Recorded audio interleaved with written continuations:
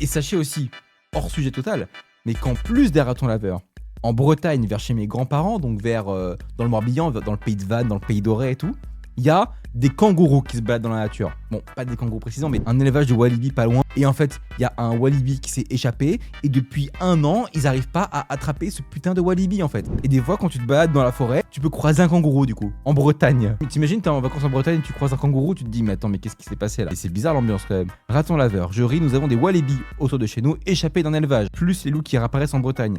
La nature est bien faite, laissez-les vivre. Et oui, mamie, le walibi fit le loup en Bretagne, c'est quand même exceptionnel. Je sais qu'il y a des loups qui sont revenus aussi en Bretagne, ça c'est dingue, ça c'est génial. J'avais entendu cet été quand j'y suis allé des gens qui en avaient croisé et tout sur le bord de la route en mode un petit loup. C'est cool quand même. J'espère qu'ils vont pas se faire abattre par des chasseurs qui ont envie d'avoir des trophées. Dit ton grand-père a vu un loup et une walibi a fait un petit. Donc ça veut dire qu'en plus le kangourou là qui se balade en Bretagne, il est pas tout seul.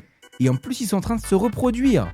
En fait, j'imagine juste dans 20 ans, quand la Bretagne aura un nouveau symbole qui sera le kangourou. Et je me dis, c'est exceptionnel en fait.